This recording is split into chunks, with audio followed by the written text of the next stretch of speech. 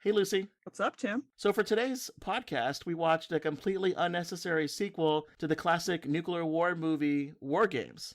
I guess this time, the only winning move is not to push play on the DVD, right? Tim, I think you're being super critical.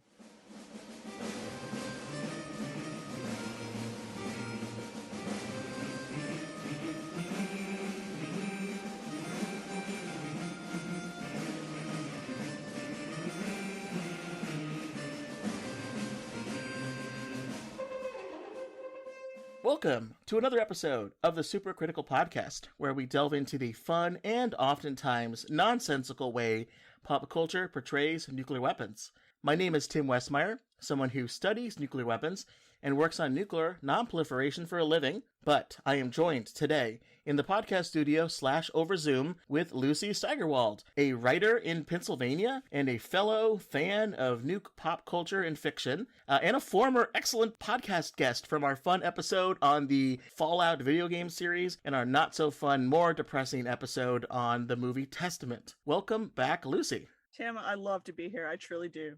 Well, I'm glad to have you here. I did promise you after we did that Testament episode that I would counterbalance this with something a little more lighthearted, a little more fun. I think the movie we're covering today is pretty much the opposite of a film like Testament in a sense on the nuclear war movie genre spectrum, because we're here to talk about a direct-to-DVD / movie. I'm not sure it was ever printed on DVD, and if it was, I'm sure someone's just using it as a coaster, but this is one of those movies that was released in 2008, kind of more like a video on demand, and it's called WarGames, The Dead Code. I never really find out what the dead code means, other than, I guess, a computer program that tries to kill you.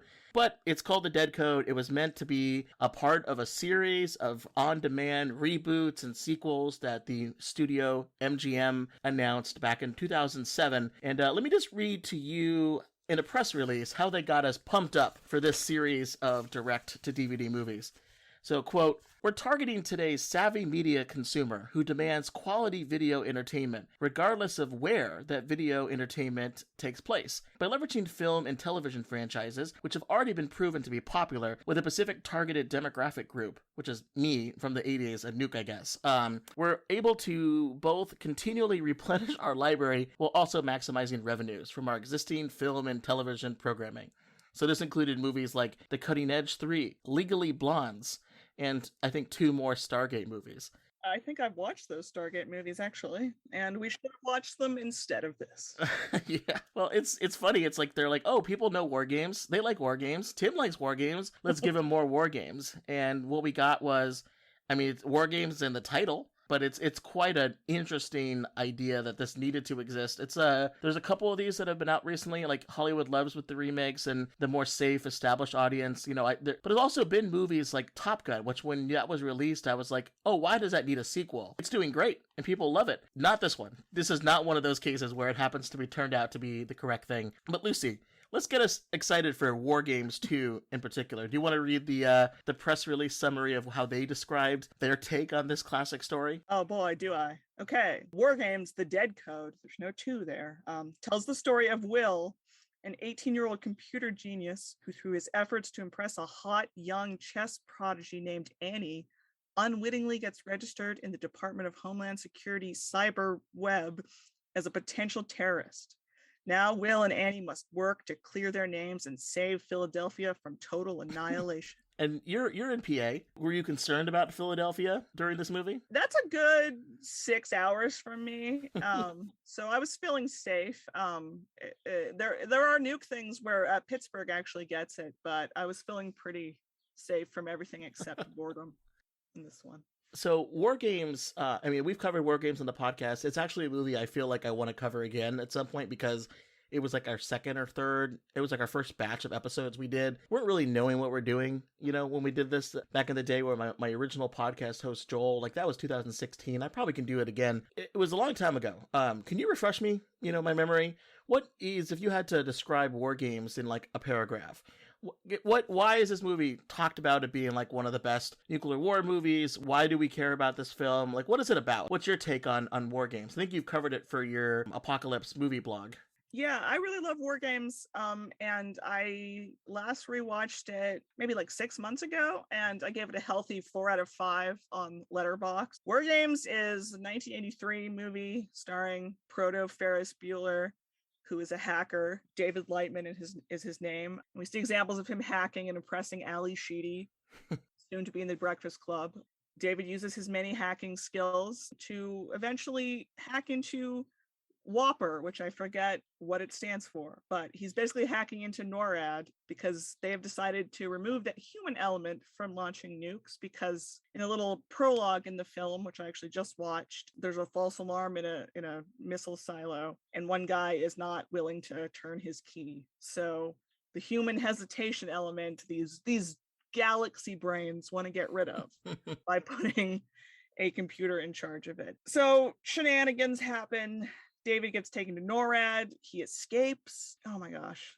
They have to find the guy who faked his death, who made the computer. I remember the big thing is that they accidentally trick the computer into thinking that it's going to play a game called Global Thermonuclear War. Right. But the computer doesn't know that it's a game, but it's playing for keeps because it has access to all the toys, the nuclear weapons, the missiles. And it's like, I'm going to figure out how to do this. I just got to crack those pesky nuclear codes first. And there's the ticking clock. And the whole thing, eventually, David and Ali Sheedy and the Professor Falcon is his name, end up back at NORAD, and they have to convince the panicky humans that what appears to be an incoming attack from the Russians, missiles, is just a game. It's not really happening. So they have to kind of take that risk and not respond. And it all turns into what should be a maybe obnoxious parable. The only winning move is not to play, which, is both tic-tac-toe and thermonuclear war, and we all learn a good lesson. The lesson that the MGM studio took was,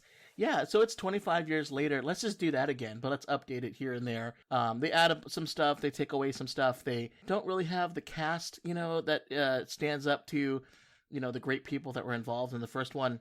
I want to, I will hold judgment. If people haven't already figured out what we feel about this film, we'll save that for the end. But what I want to do here is I want to run through this film and discuss, why did this happen? Who were involved, and kind of what is it trying to say, if it's trying to say anything about nukes and the way that we think about them, because it's definitely interesting. The cast, it's got some people who have credits from some places. The guy who plays the main lead, the Will Farmer, this high school student, his actor is Matt Latner. He's the voice of Anakin Skywalker in the Clone Wars cartoon, and I guess a star of a 90210 spinoff. So he's got some credits to himself. He's not terrible in this. I was convinced he was Buffy's really boring season 4 boyfriend on Buffy the Slayer, and he absolutely is not. He just looks kind of the same. I think he's of a type in those the style of Iowa form, corn-fed, etc. Yeah. And his counterpart, Amanda Walsh, I guess she has been on. She's an actress, but also I guess a writer on Schitt's Creek, which people really like. Her name is Annie D'Amato, which I guess she's a chess player in the movie. You know that because checkmate, Annie D'Amato. There's some joke they're playing here. Apparently she was also the original lead of The Big Bang Theory, but after the pilot was filmed, they tested her out of it and brought in someone else. That's kind of interesting. Yeah, and the only other person that I think is really recognizable on here is Claudia Black, who I do know of because she does a lot of video games. And Stargate in later seasons and Farscape. Claudia Black, in fact, deserves better than this movie. I don't know about those other people, but I was a little indignant when I realized that was her. Maybe she said, I'll do this movie. I'll voice your robot, but I want 2 more Stargate movies. And she got it. I mean, that was then good. Then it was worth it. All right, so Rotten Tomatoes doesn't even have a score for this. There's only 3 reviews listed on there. 2 people hated it. 1 person thought, it's fine. So that's kind of where we're starting with this. Clearly, this was not released in theaters. You can rent it for $4. You said you found it on free for you too. I'm sorry that I made you buy it. But then I couldn't find it today, so that might have been a fever dream, much like this entire movie. But I wasn't going to pay $4 again because I watched it 2 days ago. So. Right. Okay, so there's 2 questions I have for us as we're kind of going through this movie. First is why. 2 is how dare you? And that's directed at the people who made the movie. I have there's not a lot in the movie that's worth covering in terms of like big themes, but we'll get into it. In the ongoing war against terror, We have to be able to anticipate threats. the U.S. has a new weapon of defense. Ripley will be online 24/7 looking to identify our enemies. A computer that will use any tactic Ripley walks tall and carries a very big stick. to destroy any target she thinks is a threat. There's only one problem. I just found this new gaming site. It's called Ripley.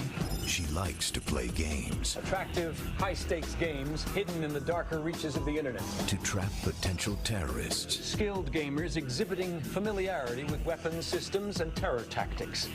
But when this innocent computer whiz Please select your game. You have entered the dead code. logs on to play, Please select your target area code. Philadelphia. Projected dead, 100,000. she turns his virtual war Ripley's taking control of one of their predators, fully armed and fueled. Nukes? Smart bomb with multiple low-yield warheads. into a deadly reality. Initiating decontamination countdown. Happens at 0. You don't want to know. Now they've lost control, and the only way to end the game is to find the one who started it. Have a lock on him? Got him. Get the kid in here. Those decon systems, do they follow the same protocols as the game I played? The race is on, Half of the city is gonna die, Will. Our families are there. We have to stop them. and the only way to win I want to hack Ripley's GameBot network. And what bet? Ripley will have to play out the WarGames scenario. She either backs off or starts World War III. is to beat her at her own game. Target acquired. Launching in 5, 4, 3, 2, 1. WarGames, the Dead Code. All right, so let's run through the plot of this movie. And as usual, spoiler warning, if you haven't seen this film and you're worried about it being spoiled, you probably should not have watched the original WarGames because it's pretty close. But nevertheless, we're going to get into it. And the movie gets into it and starts off by us seeing, a desert country. We see SUVs aggressively driving up. You see stylishly dressed women in the back. You get this mix of like video and, cell phone footage and all this other kind of stuff. And it's clearly like soldiers. The movie codes them as terrorists. There's like a black market arms sales taking place. But it seemed like a great time. People are partying, having fun. Then there's this kind of interesting shot where a guy shoots a gun up in the air. You follow the bullet in a tracking shot. The bullet's in the air, and as it starts to descend back down, a predator drone flies right by, launches a missile right back at the guy, and ruins their party. And it's all to set up the fact that there is this predator drone out there controlled by an AI, artificial intelligence system called Ripley, and it's really good at taking out terrorists somehow, and sounds like something we should be tracking moving forward. My only note for the opening is opening scenes are trash. And I started checking the time code so quickly. It was so bizarre and cheap looking in the opening, and just Yeah, it's definitely the budget of a direct to DVD, direct to streaming movie. But it sets up the fact that there's some system out there targeting terrorists, and it seems to be good at what its job is, which as far as we know at this point is like shooting missiles, which I thought people are like pretty good at without artificial intelligence. We're fairly effective with our drone policy, not needing a robot to do it. But anyways, this movie posits where it's being controlled by an AI system, and the people are pretty happy about how it's working. Away from there, far back in, closer to you, but still 6 hours away, Lucy. We're back in Philly, PA. We find this interesting group of friends hanging out in someone's basement. A gamer person named Dennis and his friend Will Farmer. The Dennis is kind of upset. He's bored. He's like yelling at people playing some game on his computer, and Will is just trying to be like, hey man, I'm just trying to build something, hanging out. I guess Will got in trouble because he stole his mom's credit card and I guess bought a bunch of stuff on World of Warcraft and stole his mom's credit card, paid her back though, and he seems to be our like hero, like the good guy in the movie. Dennis seems to be his friend who, he admits to like hacking other people's credit cards and no problem, he can just, they're untraceable. That's the dynamic of this friend group. I just traded these hacked credit card numbers to a guy online for this new peer-to-peer tool. Are you ready for this? Are you ready? Guaranteed undetectable. What do you say? Be my guest. Well, I was kind of hoping you'd sort of help me figure this stuff out since I'm not totally sure how it works. Look, man, I promised her I'd give it a rest. Of course you did. It's your mom. What else are you gonna tell her? Only this time I meant it. Does this track with you in terms of, who you used to hang out with in PA? oh yeah, just a bunch of hackers and obnoxious best friends. Yeah, the friend is like the badder guy, obviously, and our blonde, not that guy from Buffy, but looks like a guy, is a little more. He has to be convinced to try to like do worse things, steal more money. But he's also like a crack hacker as well. Clearly, they're both very savvy in computer stuff. He definitely Lightman-esque. When David Lightman, Matthew Broderick in the first movie was finding ways to impress his Ali Sheedy by like using, I guess, a ping noises to make free phone calls. In this one, he uses some sort of device so that he can like pick up on your phone signal and then like make so that it looks like calls are coming from your phone. Like he can make a phone call from your phone from a distance. It's kind of interesting, but it's just to show that he knows what he's doing computer wise. I believe that one is not very accurately portrayed. Hackers love the original WarGames. Like they named the annual hacking conference DEF CON after the movie, even though that doesn't really make sense because DEF CON's already a new thing. They love it. They say it's pretty accurate, at least most of it. And actually today I watched a YouTube thing where it was hackers react to WarGames 2. Oh. And it was not super accessible to the non-hacker, i.e. me, but they're very critical of this movie and its technological impossibilities, basically. And they do point out the cell phone thing in the opening scene where that's not really a thing. And if it was a thing, it wouldn't look like that, basically. Well, it is fun to see a time back in the day when people still had like Razor flip phones. The movie gets at least a positive point for me because I used to have one of those and I thought I was the coolest. I'm already associated myself with Will and his crew. It seems like they're pretty tough, but our hero Will gets a series of like rapid fire quote save the cat moments, when you really want to tell the audience like this is the good guy. He's like neighbor who is someone who looks like he's originally from Syria. He's there and he's their neighbor and he says, hey, what happened? Your Medicare payments that I helped you with earlier, did those come through? Oh, your computer has a virus. Can I fix that for you? Oh, can I pick up your prescriptions for you? Basically to show that this guy is a nice guy and he's willing to do anything and everything for his neighbor. I got the problem. Hey, Mr. Masood. What, I still didn't get your Medicare straight? No, that's okay, thank you. But is my computer, I don't know, it's stuck again. And you haven't introduced any new software since I wiped your drive? Well, a site my granddaughter sent me. I know you warned me about it, but, she's in Damascus and she sent pictures. And you know how hard for me it is to see her. I simply cannot get into my banking file. I'll have a look when I get back. Okay, all right. Oh, and I'll pick up your prescription on my way home. So even though he stole his mom's credit card and used to hack things around, he's at least the good guy. He's the hero despite hanging out with this other cyber criminal. Yeah, the whole thing with the bank account of the neighbor that he has access to, which is also incredibly hard to believe, also sort of makes Will instantly less likable. Like David Lightman's whole thing is he's sort of like a proto Ferris Bueller thing where it's like, all right, you're being bad, but you're not like stealing money from people. It's not a super consequential badness. So it's kind of a similar character there. And here we already have sort of our characters messing with large amounts of money, which makes it seem more serious and more like they should know that it's serious as opposed to sort of creative computer shenanigans. I don't know. It makes them sort of immediately kind of unsympathetic to me. In Washington, D.C., we learned that Ripley, the system that we heard about earlier, we finally figure out what it is. These are terrorists, people. Eliminated in an automated operation with 98.6% efficiency. 98.6. The temperature of blood. And not a drop of ours spilled thanks entirely to our girl Ripley. Ripley detected this particular terror cell through one of her honeypot sites. Attractive, high-stakes games hidden in the darker reaches of the internet. Once a player penetrates level 5, Ripley tags him as a security threat. Ripley engaged skilled gamers, exhibiting familiarity with weapon systems and terror tactics. This particular group managed to pool winnings of just under $3 million. Ripley walks tall and carries a very big stick. That's why we applaud everyone here for endorsing Ripley's status of complete autonomy, both foreign and domestic. Terror is a filthy sewer filled with hatred and bile that threatens our shores. If we are to protect ourselves, we have to be able to anticipate threats. Are we tempting those who would harm us? Damn right. If they're innocent, truth will out. In the meantime, Ripley will be online 24/7 looking to identify our enemies and the next 16-year-old who's a year away from strapping on a bomb.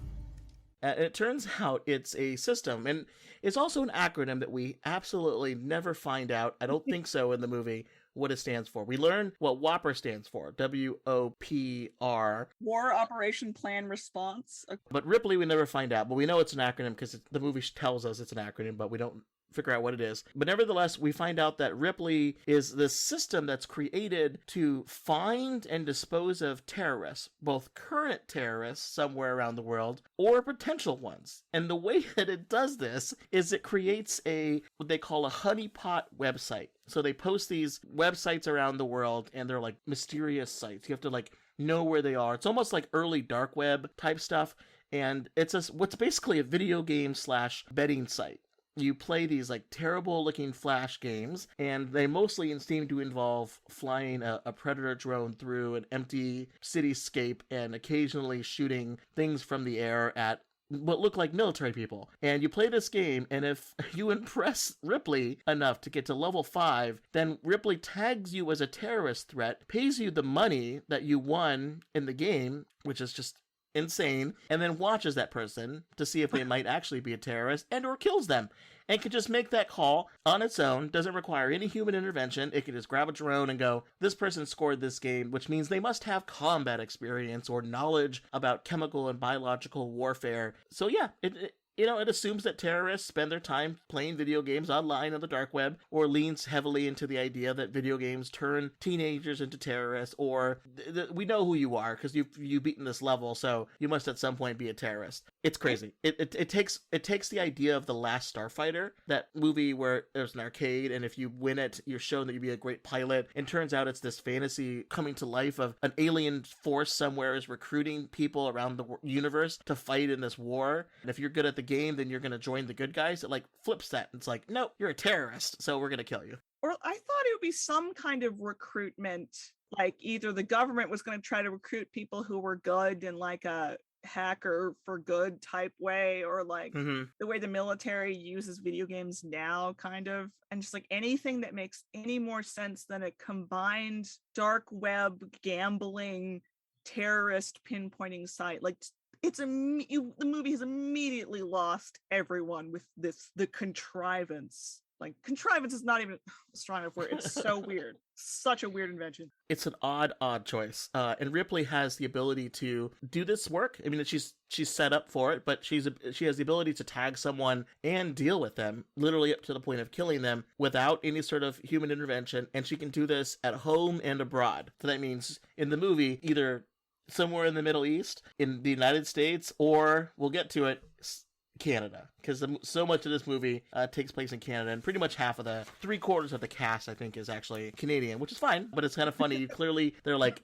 yeah, we're going to film this movie, but I don't want to have to leave my hometown of Montreal for it. So the Montreal looks great in the movie. We'll get to it. Okay, so we're back at school now. So we know what Ripley is. We know we should be worried about this, but we got to get back to the human element, the heroes of our story, the emotional core of this direct-to-DVD sequel. We meet our two friends. They're like talking about how they want to maybe play this game. Dennis found Ripley. He's aware of it. He knows about this game. By the way, the system that's created to kill terrorists, also the video game is called Ripley. So they didn't come up with a different name for it. It's just called the same thing. I wonder how many people play the game and wonder what the acronym means. Maybe it's part of the mystery. But we find Will and Dennis. They're like in a library somewhere, and Will gets these like very curious looks of infatuation from a girl. We find out her name is Annie, and they're playing chess in the library. And he joins the chess club, I guess, because they talk about how if you join the chess club, you can go on a trip to Montreal like tomorrow, and Annie wants to be there. So he wants to go so that he can go with Annie, and Annie's like challenging him to go. How do you feel about this meet cute? I couldn't tell if that's the first time they met or if they knew each other before. Yeah, the one from the first film isn't much, but it's cute, and there's a little more like, I was just watching the scene where Ali Sheedy gives him a ride home on her like moped and stuff. I don't know, they meet his dog and his very weird parents and stuff. There's a lot more there. And also, yeah, is the chess thing like tomorrow? And boy, is that going to be particularly expensive to buy a plane ticket. It's like $500. Pretty reasonable for a school trip to fly to Canada and like room and board. Also, I guess he has to know chess, so he has to learn chess over the next day. Like, he could have just already been on the chess team, but he doesn't have the courage to talk to Annie. Maybe on the big trip, like maybe they'll, whatever, something like that. But it's clear that he doesn't know her perfectly, because later that evening he cyberstalks her and goes on her Facebook and tries and I remember my college days when Facebook first came out, and you're like, oh, I don't know who this. I just met this person today, and you like read their Facebook page. But he's doing this in a way where he wants to find out everything about her, look at her pictures, and he's really impressed that her like favorite quote is from J. Robert Oppenheimer. Favorite quote, Robert Oppenheimer. Totally knows that. I was like, that's our first nuke thing. Yeah. But it's not the classic one. It's not the "now I am become death, the destroyer of worlds." What is it? Any man whose errors take 10 years to correct is quite a man. Is that one? Yeah, and I guess the thought there is maybe she's looking for someone who is a bit of a fixer-upper, and like maybe he considers himself that. I don't know, or just like try big things and it takes a while to get there. Whatever it is, he loves it. He tries to then, as every good romantic does, tries to guess the password on her high school email account. But she put in what they call a mousetrap. So like you put in, he tries her dog's name, her sister's name, and it results ultimately in like a hacker thing where she plays a video recording saying like, "Stupid hackers, what are you doing? But if your name is Will and you're this picture, please come with me to Montreal for the chess tournament." It's like, did she record that like this afternoon? Yes. I mean, she had to have. That, as far as I can tell, is no relation to anything real. Like, you can't do anything like that on Facebook. You can't even do the old school MySpace things where you'd have horrible, like a song and weird garish backgrounds and stuff. Oh God, that's so stupid. Like, I'm not computer savvy enough to truly articulate why that's so dumb and isn't a thing, but it's not. Is she also a hacker? I'm just realizing this. She has to be. But she plays dumb later. I know, like, right. She purposely plays dumb in a scene that we'll talk about in a little bit, but, like, she doesn't understand what's happening with other things. Oh, that's so interesting. This movie is everywhere. But anyways, he's met his match, right? Clearly he's interested, so he needs to find some money. So his mom comes home. Turns out his mom works at the chemical plant, the big chemical plant in town, and she's got a nasty cold. She's really upset. So he's the good son, so he rubs her feet and hears about her troubles and then asks for money, which is, you do that in that order. And she doesn't say no, but he's like, I can find some money maybe myself. So he starts working on his neighbor's computer. Turns out the neighbor has like a virus on his computer. What it was set up for was a virus that got sent from one of his family members to allow someone to remotely control the bank account of this neighbor. And this person is a brother in Syria who is just apparently a small-time crook, but he's using it to launder money essentially for the brother in this account. So there's already a lot going on here with this movie. It's a lot of layers here. Criminal friend Dennis says, just take out some money from the account and let's use that to bet on that Ripley site, and then you'll have your money. And that's how he gets the money for the trip with Annie. And eventually they go to play it. But they only go to play $500 at first, right? They got to play $500 to win that. So how quickly does this game pay out? I guess instantly. It doesn't usually work out that way. It takes me at least 3 to 5 days to get my Venmo transfer. Correct. But he's expecting to get like cash to be printed out of the floppy drive of his computer. But anyways, he goes to see the list of games to play, and there's a lot of ones that are there. It's like tactical warheads, air to ground combat maneuvers, biochemical warfare, and then we see the one we're looking for, global thermonuclear war. I want him to push it so bad, because then maybe we'd be watching the original movie and we'd be much happier. But and he goes, of course, nah. He goes, nah, that looks dumb. Why would I play that dumb sounding one? And he decides the coolest one to play is called The Dead Code. Your $500 wager has been accepted. Please select your game platform. You have selected the dead code. Please choose body count. Let's do a 20,000 dead kids. You have selected 20,000 bodies. Half an hour of gameplay, which is good. Yeah, but you're only playing for even odds, man. That sucks. Why don't you bump it up to 100,000 bodies? You have selected 100,000. Yeah, 5-to-1 odds. Now we're in business. Thank you very much. Yeah, but I've only got 10 minutes. Okay, do you want your mom to finish her bath and come pay us a visit?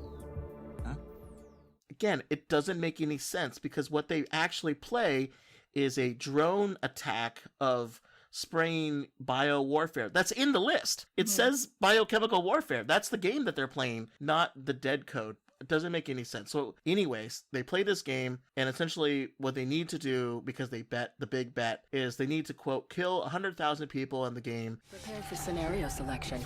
You have 10 minutes to procure and deploy bio and chemical weapons. Penetrate our security protocols and exterminate 100,000 citizens. Please select your target area code. Philadelphia. Target, Philadelphia. Projected dead, 100,000. You have 10 minutes to complete your mission. Contract begins now. Good hunting, Will. The friend changes the bet from 500 to 5,000 when Will isn't looking. How would you describe what's happening in the game? Like the game, they give a description of what you're supposed to play, and then we see something different when we see the screen. Like, what is the screen? What does it say that the game is? I feel like I was spacing out at this point. It's very like, I don't even know, like, what did video games look like in 2008? This looks older than that to me. Well, I don't know why. I don't know why I wrote down the description of it. I'll read the description. You can tell me what the game actually looks like. You made the right call not writing this down. I will never get back the time that I took to type this out. This is what the computer tells it. It says, using traditional firearms, concussion grenades, and simple household objects, you will have 10 minutes to deploy biological and chemical weapons, penetrate our security protocols, and exterminate 100,000 citizens. So like that's the prompt of the game that he's gonna go play. Right. But what do we see? It's just like a drone attack frenetic thing in a low quality video game. That's all. I mean, we see no firearms. We see no concussion grenades. We see no household items. It's just this. It's like something you would download off of like eBum's World, back in the early 2000s. Yeah. But we do get our first reference to a Matt Damon movie. Ripley at one point says, "Good hunting, Will." That's so Good Will Hunting's a good movie, but the title is obnoxious, and this is magnitudes more obnoxious. Because I assumed Ripley was more referencing another good movie, Alien, which it has no business referencing. People were saying that it might be referencing, because at another point in the movie they make a reference to The Talented Mr. Ripley, another Matt Damon movie. So who knows? It could be any of these. Another good movie, good book. God. Well, I thought they were going to reveal at some point, spoiler alert for later in the movie, that it's one of the other kids from Dr. Falcon. Oh. And that it was going to be his other kid, because he names Joshua Project off of his original son who died. So I don't know. They didn't go that far. Something, maybe. Something more than what we got, that's for sure. Ripley, she's watching. She sees that he's bet a huge amount of money. He's playing the game. He's pretty good. This is interesting. What do you got? We have a first timer playing the dead code for 5,000 at 5 to 1. Where is he? Looks like Philly. He's pretty good, whoever he is. Better tag him POI. No, forget it. Whoever this person of interest is, Ripley's already got 5 flags on him. So she's tagged him as a potential terrorist threat, starting to look at his connections. Oh, it's already found 5 potential people. The neighbor, all of this stuff. They find out the money, obviously, the money through this hilarious little vaudeville run through. They find out, well, the money in that account is actually connected from Damascus. Oh, it might be related to a terrorist financing. So clearly they're like, oh, this person is a bad guy. They hear occasional random clips from the audio of the microphone on the computer, and they hear the friend singing about how he's going to burn Philly to the ground. They don't hear any of the other context that would clearly demonstrate that he's just playing a video game. But they know it's a video game because they made it. So yeah. It doesn't, it's weird. But anyways, he wins the money. He does really well. He does so well. He's ultimately at the very end, he's 10 seconds left. He runs upstairs to ask his mother a question that the game asks him, which is, soluble contaminants confiscated. They just took all my airborne soluble contaminants. So what? Nuke them. Wrong game. You gotta stick with chem weapons. Neurotoxins. Come on, there's always room for nukes. 1 minute to complete your mission. Where are you going? Better hurry, Will. Mom, if you had to choose between atomizing anthrax or sarin, which would be more deadly? Will, honey. Just guess. You're talking about sarin gas? Yes. Why do you want to know such a thing? Mom, please, just take your best shot. I go with sarin. It's much quicker. It's odorless. Select secondary weapon. You have 20 seconds to complete your body count. Select second. You have selected sarin. what would you rather use to kill more people, anthrax or sarin gas? So he asked his mother, who's like sick in the bathroom, and he asked her, what's the better way to kill more people, atomizing anthrax or sarin gas? And his mom says, I don't know why you're asking me this, but I guess sarin gas. So Will goes back to the game, clicks that prompt to choose that one, and he wins. Hooray.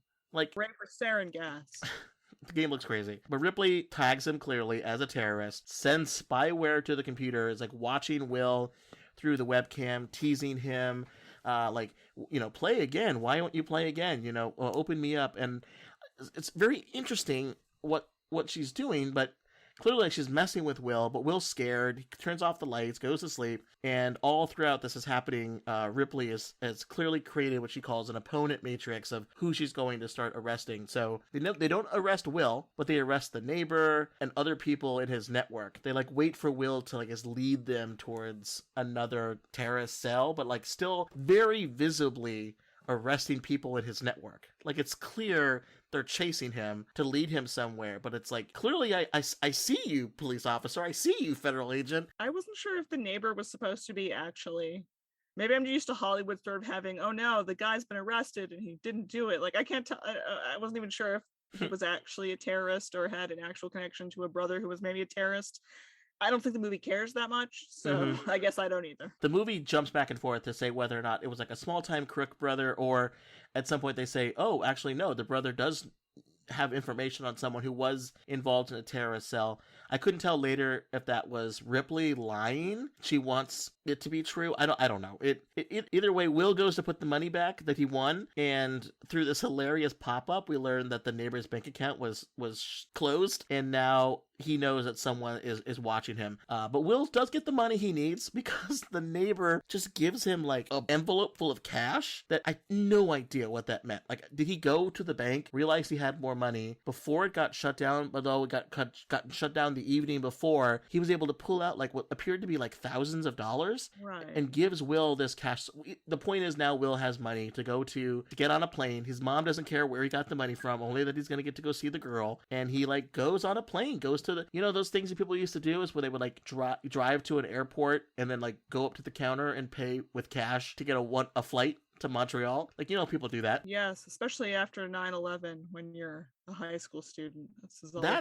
That's the thing that Ripley should tag him. It's paying cash for a flight the same day with no bags.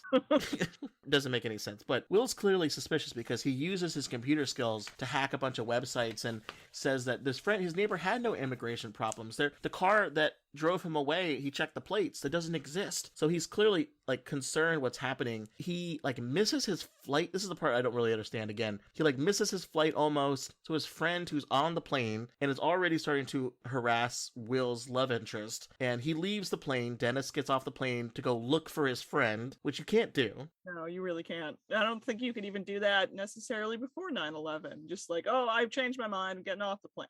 These are all suspicious things. How long did we know Dennis was in the chess club? Did we know?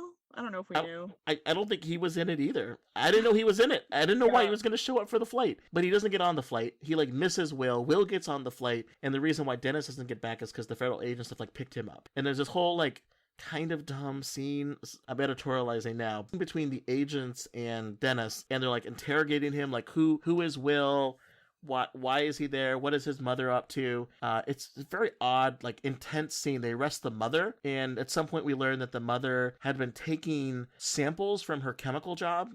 Basically it's to make toothpaste or these kinds of things that she's trying to advance, but her bosses won't give her the credit. I think they talk about mouthwash. Yeah. So she takes the samples home and puts them under her sink to be these are mine. These are my inventions. I created them. And of course Ripley thinks that these things are biochemical precursors that could be used to make some nasty stuff, although also to make mouthwash. So this was the first point in the movie where I was oh, this is kind of being interesting, because that is a lot of what I deal with a lot at my work. We have an entire program that focuses on chemical security and advancing chemical security around the world, and a lot of it is trying to teach people who make say chlorine for pools or chlorine for chemical, if say that is chemical processes. If they're made in Turkey, how do you make sure that the end user customer of your product is not in Syria, literally in Syria, using this to turn it into chemical warfare, chlorine gas as a weapon? weapon, because a lot of these things are dual use. You can use one for the other. So you have to regulate these precursors and all of these things. And it's a whole, there's this thing called the Chemical Weapons Convention that was set up to ban the use of chemical warfare, chemical weapons. And it's really complicated to manage that process because of how much dual use potential stuff is. But in this movie, they just kind of take that idea and it's like, yeah, but if she has it, she's probably using it to build some sort of chemical weapon, right? And not very clearly, like, she works at a chemical plant, is like bringing home things that she worked on previously. It's pretty easy to understand it, but Ripley knows what she's doing and she thinks that they're all terrorists. There's also a line that I wrote down, the federal agents interrogating Dennis, the male one, I believe, says, "Regarding your civil rights, you don't have any." That's the beginning of the quote. I was like, boy, were they trying to do a war on terror critique here with but they spilled all the plot points on the ground and some of them fell in the sewer and they're like, oh, this is a critique of something. Well, this is stuff of that, near and dear to some of the stuff that you work on, right? In terms of trying to, reduce the potential for these kinds of government overreach things from happening. How do you think the movie handled them? They handled them correctly? Did you see this movie and scream out to your computer screen like, yes, this is this is the debate we need in America? Not that I know of. It's one of those things that's so absurd. You were talking about the bank account of the neighbor, right? And there's this ridiculous notification about it was closed by, it might say the FBI or something. Mm-hmm. And that reminds me of when Homeland Security would leave those little things on domains that they seized. And that might be around that time. I think that's probably a reference to that. But doing that to an individual bank account in that way, looking like a URL, is very strange and silly. And I don't think that's a thing.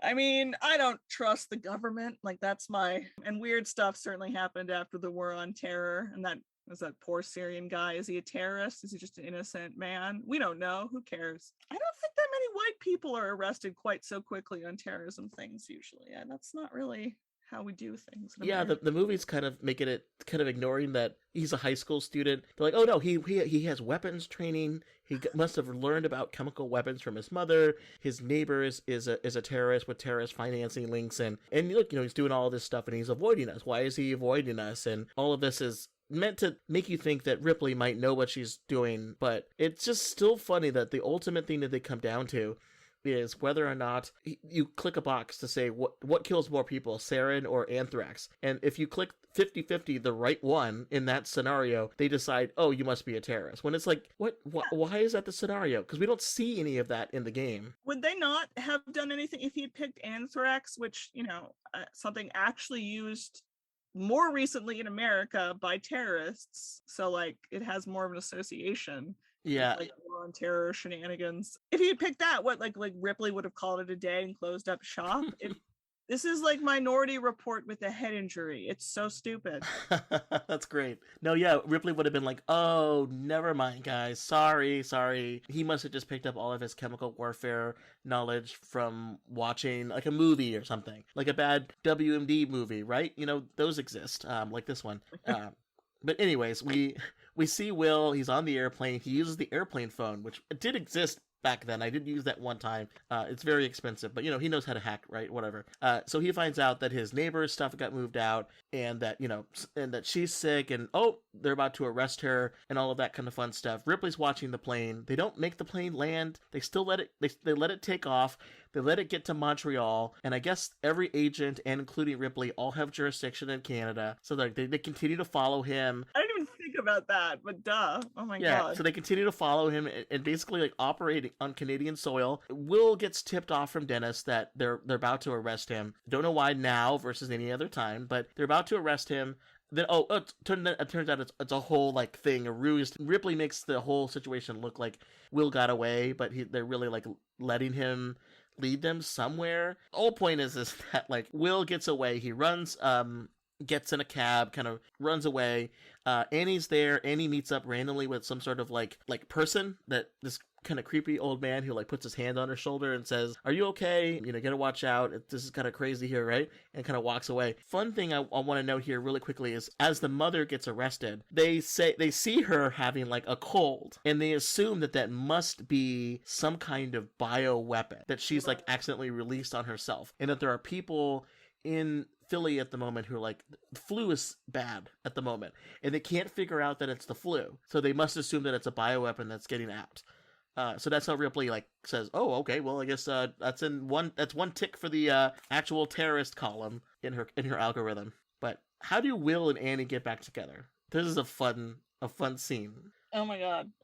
With the payphone. Yeah, the payphone thing, it's like it starts off looking similar to the scene in the original one where he uses the phone. But like, which apparently you can't do at all anymore with the unscrewing of the headset. I mean, this is kind of a last gasp for payphones. But he uses some device to like text Annie from a payphone, like not the buttons on a payphone, but from like the receiver. I think I blacked out when this happened. Yeah. He texts her and says, "Please meet by this like fountain." And so Annie goes there. She gets Dennis's bag. They meet up. Will decides, "I need to find out from my mother if she's still okay." So there's this other scene where they're at like an internet cafe, and just coincidentally, he notices at this internet cafe, the guy who's running this computer cafe is like a super hacker. He's like hacking bank accounts and stealing money, so he's the bad guy. So Will sends in Annie to basically pretend to be like a ditzy lady who's infatuated with him, so he can like pretend to be seduced by a high school student. Just wanted to throw that out there too, with this middle-aged hacker man. And Will steals the computer like connection, and then is able to hack into Ripley because, of course, right? You can do that. Hacks into Ripley and then learns, that the mother is sick in the hospital, so he's worried about her getting worse. We also learn that Will not only is so great at building computers and is a genius, he also is an all-star baseball player. So he has it all. He does do it all. He can't have just one. He's got to be everything. Yeah, this movie, and admittedly the original, they're too afraid to cast somebody who looks a little less handsome.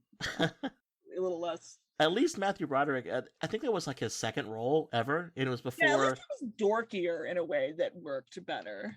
Yeah, he's got a lot of charm, and it's not coming through with poor Leitner. But it's also not a lot for them to work with. Yeah. And this is where the movie gets confusing, because the movie jumps back and forth between like, are you trying to catch Will, or are you trying to lead him somewhere? Because multiple times the federal agents get really close to catching him, but he jumps on a subway platform and is able to escape him, or jumps over a car when the car is chasing him. It's like, do you want to catch him or not? Because it doesn't make sense what they're trying to do. It's very odd. Annie also is terrified that, like, quote unquote, they are going to get him, but I don't really understand also why she's afraid, because as far as she knows, Will's a criminal doing criminal things. I guess they don't know who these people are. They don't know that they're like government officials. Maybe he thinks they're, Spectre or some kind of secret evil corporation, secret evil hacker group that also is trying to get them. It seems to me pretty clearly that it's like government police and for agents trying to get them. But it's not like the first movie where they don't want to get arrested because they know information that they have to get to someone, and they know that if they don't get there on time, there's going to be a global thermonuclear war. But here it's just like, he just doesn't want to get arrested for some reason that he doesn't understand. And Annie gets to have a moment of womanly tears, which is important.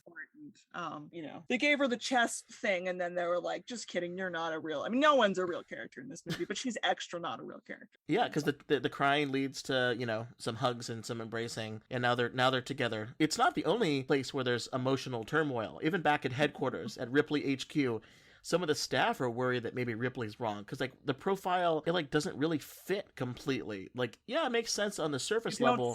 Yeah, but like the chemicals are like, these could be used for mouthwash, or Ripley starts classifying information, creating these compartmentalization forces of not letting the team know everything. And Ripley, like Hal from Space Odyssey, is like reading lips. I don't know why she doesn't have a microphone there, but she's reading lips of the staff while they're eating lunch, and it's like, oh no, they doubt me, or maybe they're involved in the terrorist plot, and starts classifying them as being risks. And there's a scene later where she uses traffic lights to try to kill one of the main people at Ripley HQ, and it ends up hitting another guy instead, and he's like, uh-oh, Ripley is gone rogue here. As absolutely defying belief as things were previously with Ripley, and the traffic light thing is just like another even more insane and terrible movie. The thing I was watching today, they talk about this and point out like the street is very wide, like the guy in the car should have seen the guy in the street and like, I mean, unless it was a hilarious critique of people like following machines, you know,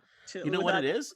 Like works on many levels. When you remember texting back in like 2007, 2008, it's all that like T9 texting thing. Oh, yeah. So you can't, it's not as simple as, you know, the iPhones these days. I'm sure that's what it is. Oh god, isn't there a late Die Hard movie involving hacking traffic lights? I didn't get that far because I bailed out on the series at number 3, I think, but I'm pretty sure like maybe the last one there's. I believe you're referring to Live Free or Die Hard, which is a movie I actually do kind of like. At one point, the original podcast host and I here, Joel, in a house that we were living in, we had a purchased from a bus stop poster, which was like a 5-foot by 10-foot size poster of that movie on our wall. A lot of Bruce Willis for one house. I don't know. It was a very large Bruce Willis head. So, anyways, our idea was, do we buy like 5 posters and frame them, or do we just buy one big poster? So we went with one big poster. Yeah, surprisingly, none of us. Yeah, not a lot of dates. Second dates, anyways. So, anyways, we start to get our connections to our older movie because at this point there isn't any original WarGames here yet, other than basically the plot, but you know, there's not like any full commitment to the previous movie, and we start to get our connections here. Annie, while she was there at the cafe, did a Google search of the word Ripley and gets information about the game, but also that Ripley was this system that Stephen Falken, Falken, she kind of jumped back and forth between calling him Falcon and Falcon, which is very funny. You know, Professor Falcon from the first movie, the guy who invented the WOPR, made the AI based on his dead son's memory, and how he liked to play games and all of that kind of fun stuff. I guess Ripley replaced the Joshua Project at some point, because remember, in the movie, as you described, Lucy, WOPR made a mistake, almost had global thermonuclear war. So I guess they shut the system down, and then a couple years later, like, well, we really liked it, so they redid it. I almost believe that a little bit. I mean, I do. It's funny, we joked about how the end of that movie, you feel for, it's sad when you see the two people who are in at the beginning, at the two missileers, and they lose their seats. They don't get their seats anymore because the seats have been replaced by the computer. So they no longer get to sit there and turn the key. You see a sad face of them like leave, like the chairs are being removed from the silo so that there's room for the computer. At the end of the movie, they get their chairs back. So you're like, those are the, yes, yay, the missileers get their chair back. I wonder if they took the chair away again. Yeah, the triumph is the status quo missileer system that we have today, which is really awesome. That's what a triumph that is. So we find out Ripley replaced the Joshua Project, you know, the WOPR, and Falcon helped to create this system again. If you remember, he built WOPR, didn't like the system, thought it was dangerous, so he fakes his own death to kind of like live out as a hermit somewhere. They find him in the movie and bring him back. I guess at some point in this movie, he remarried, had 2 more kids, changed his mind about AI controlling nuclear weapons and everything, rebuilt the system, had another turn of heart. Then he faked his own death because he had pancreatic cancer and wanted to no longer make his family a target. So he fakes his own death and is now living, I guess, in Montreal, hiding out. Maybe he moved, he like flew to Montreal. Either way, we find him in this movie. We learn that he's there and he's following Annie. When he touched her at the airport, that creepy guy who did that, he put a tracker on here. But we eventually meet him, and it's very odd. We should stay together. I have a truck in the lot down by the pier. Meet me there. Who are you? I'm a gentleman who nearly started World War III. He faked his death for like the second time in his life. That's a lot of times for one. You think about the first one, they're like, are we sure he's dead? Because, you know, he did this before. Yeah. And also, it's so funny in this movie.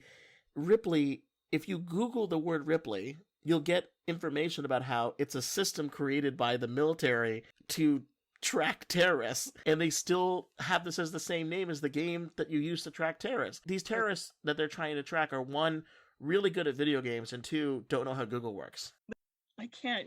This is true. I can't even with the plot. The original game premise is so nonsensical that even if anything else about this movie was any good, it's like the root of nonsense that grows the terrible, boring movie. Yeah, it's pretty wild. But they connect Will and Annie, Falcon. They get connected. They get in a car on their way to a location. Falcon is like telling him like, "Hey, he basically gives him his life story and why he did why he faked his death for a second time and all that kind of fun stuff." But he says, "I got a plan. I'm going to take you somewhere, and I've got a person who can help bring down Ripley." So he goes and brings them to like they call it an off-the-grid power station. Falcon says, "I got someone in here who can help with this." And at first you meet this Russian guy who says he used to run the space program, and he's like, "Oh, is this guy going to help us?" And no, it turns out it's Joshua, the WOPR system.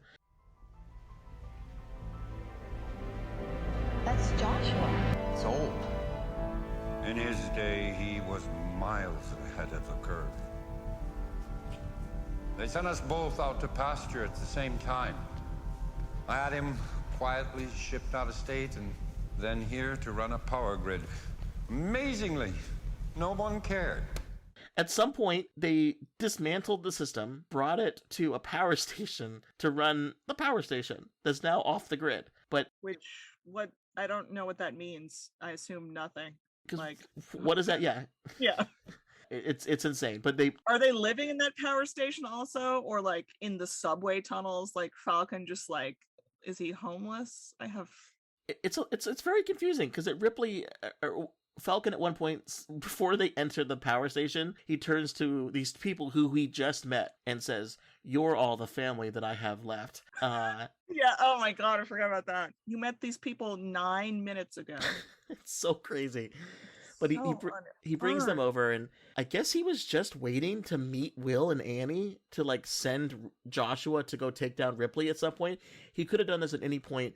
It's not like there's a ticking clock right now that they have to, deal with.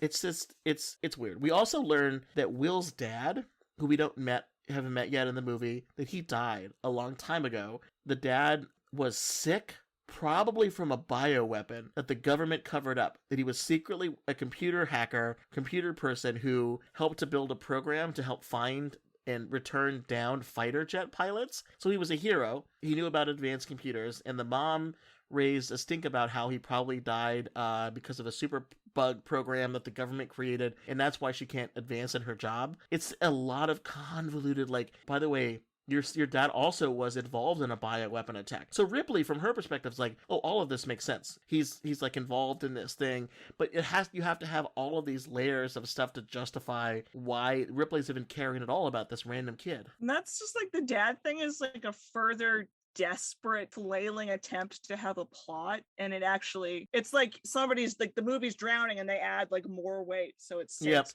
waves. David Lightman's dad in the original one is like yelling at him when the dog gets in the trash and is like complaining about the corn being undercooked that like the mom cooks. Like a totally absent 80s dad, it's more fun for the kids, but it's also cleaner, it's like it's not important. It doesn't have to be a daddy issue, my dad died thing. You didn't see the deleted scene of the original WarGames where the dad was actually a sleeper agent for the Soviet Union and that corn was a code name for a chemical weapon, ordnance response network, system? Definitely. No, you didn't see that deleted scene? Okay. In my dreams I did. After a lot of NyQuil I did. So we know we're going to try to take down Ripley, and we find out now we have a good reason to, because Ripley decides, someone's like the mother, right? The mother has a cold. They find out some more information about people getting sick with the flu around town. So, and they're actually, the neighbor's brother has a tip that there is a bioweapon prototype that is based on the farmer's chemicals, which is like, wait, what? So there actually is true? This freaks out Ripley. So what Ripley does is shut down the building, lock it down. She locks down all of Philadelphia, shuts down power grids, does something to like prevent people from moving anywhere. And Ripley, who cannot be stopped, she takes this is the best part of the entire movie. She takes a drone, a Predator drone, that is currently flying over Afghanistan in 2008, that is armed with multiple low-yield nuclear weapons. In Afghanistan, armed with multiple nuclear weapons, she decides to fly that in 2 hours to Philadelphia to destroy Philadelphia to contain the bioweapon threat. Edwards Air Force Base just came online. Ripley's taking control of one of their predators. It was stationed over Afghanistan, fully armed and fueled. Nukes? Smart bomb with multiple low-yield warheads. Well, say hallelujah, Hazard. If that baby hits U.S. airspace, it's gonna be a white damn Christmas. So Wow. explain to the good people why this is a stretch. I mean, besides the time problem. Drones don't have nuclear weapons on them hanging out. We have nuclear weapons that can get to places in less than 2 hours, but they're missiles. Right. I don't think we have drones that don't fly supersonic to get from Afghanistan to the United States that quickly. At least we did in 2008. They also turned the Predator drone into a jet when it really is a propeller-driven thing, but the jet sounds cooler and looks cooler. Is the implication that this is always in the sky? This is like the nuclear triad is now the... They imply that this, because if it wasn't flying, then Ripley would have had to take it over, fuel it, and fly it. But so they make it seem like it's one of those things they did during the Cold War, where they ran, essentially strategic, readiness missions where B-52s were going to fly always in the air. The idea there is if they're in the air, they're not on the ground where the Russians can destroy them. If they're already in the air, on their way, kind of heading towards targets and then turning back around, then it's a bigger chance that you could do a retaliatory strike, which would mean that the other side wouldn't start a war in the first place. So I don't know why we have drones in Afghanistan with tactical nuclear weapons. If the Russians found out about that, they would be furious. They would flip their lid if they found that we stationed, because Afghanistan is pretty close to Russia. I mean, the drone thing is yet another piece that could have been something. Like, when I heard that there was an updated / sequel to WarGames, I was like, well, that's silly, because the original one is so of the moment in a cool way about computers and the Cold War. So yeah, okay, if you're going to update it, having a war on terror sort of surveillance paranoia thing, and drones, like, that's a little, I mean, it's early. it was a hot issue. It's almost before it became a really hot issue, at least in a really mainstream sense. Like, if this is made in 2007, that's before Obama showed up and made that his specialty and stuff. Mm-hmm. So, like, there's something that could have, like, I don't know if, I mean, did I know what drones were in 2008? I mean, I wasn't paying enough attention to them, that's for sure. So, like, yeah, here's a piece that could have been something if there was any coherency. The United States, unless they're, they haven't told us, they don't station nuclear weapons, technical or otherwise, on a drone. They're delivered via missiles. And cruise missiles, can operate in a sense like a drone, in the sense that you can have a cruise missile that you can program a target, and it will still make course corrections based on images that it's seen or avoiding incoming defensive measures. But it's not a drone. Like, a drone is usually remotely piloted. And or it's a self-driven motor that can stay up for a while and then launches something itself. We don't put tactical nuclear weapons on those things. Maybe we could see doing that at some point if the weapon usually is. Nuclear weapons are pretty heavy. Only certain planes can carry them. Not all the planes are set up for them because they're fairly heavy. Their packages with the material and everything else that goes into it is usually pretty heavy. But, sure. I do. The thing I guess really don't understand is they say in the movie Edwards Air Force Base, which is based in California, says one of their drones that's currently flying over Afghanistan and fueled has a nuke, multiple nukes, and is on its way now back to Philly to destroy it because that's what Ripley wants. Why don't just have it fly from Edwards? Because Afghanistan's a scary foreign place. It's a war on terror buzzword to drop. I mean, I don't know. It's very weird. But the movie now has a ticking clock, like it did, like the original one did. It's 2 hours. I don't know enough about drones to confirm this, but I'm fairly certain that if you were to have a Concorde jet fly from Afghanistan to the United States, it wouldn't fly in 2 hours there. Yeah. It's a small thing to care about. The funny thing is simply that now we've got nukes, we've got a ticking clock, we've got a rogue AI, we've got a WarGames movie here, so we're in good shape.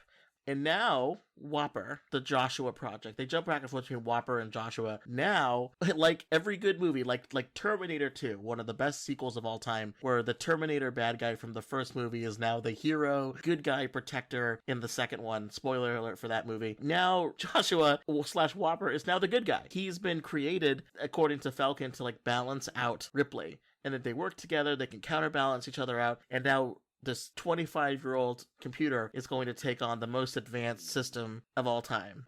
Greetings, Professor Falcon. Shall we play a game? Yes, Joshua. Many, many games. What do you think about this situation? Like, on paper, it's kind of, it did make me smile when they're like, wait, Whopper's in this and it's a good guy? I mean, I should have seen that coming, I think. Yeah. When Falcon shows up and he says he wants them to meet someone, whatever he says, I had a feeling that's where we were going. I got bogged down in, like, is Whopper sentient? Like, is this an all, is Ripley truly sentient? Like, are we trying to say that in these portrayals? Or is it just, an approximation? Because what they're doing is very silly. I think the movie implies, the second one at least, that it is it gets close to being like an AI, like an official, like, right, this will pass the Turing test, like AI. But Joshua, not so much. I mean, it's just automation run amok. I mean, they made him in the first movie, I don't think it's implied that he, like, has consciousness. Okay.